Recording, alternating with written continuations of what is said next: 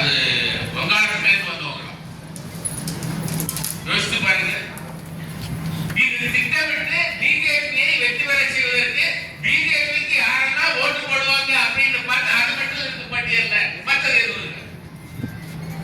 சரி, இந்த 6 லட்சம் பேர் பீகாரிஸ் இங்க வந்து இருக்கிறாங்களே. வழக்கமா இப்போ நேற்று முந்தா நேற்று பத்திரிகையில ஒரு செய்தி வந்தது.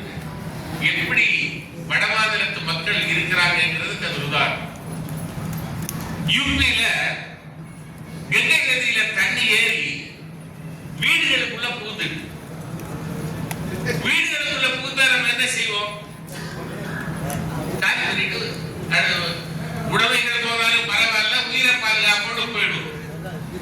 ஆனா யூபியில என்ன நடந்திருக்குன்னு சொன்னா, இடுப்பளவு தண்ணி வீட்டுக்குள்ள வந்துச்சு. போலீஸ் அதிகாரி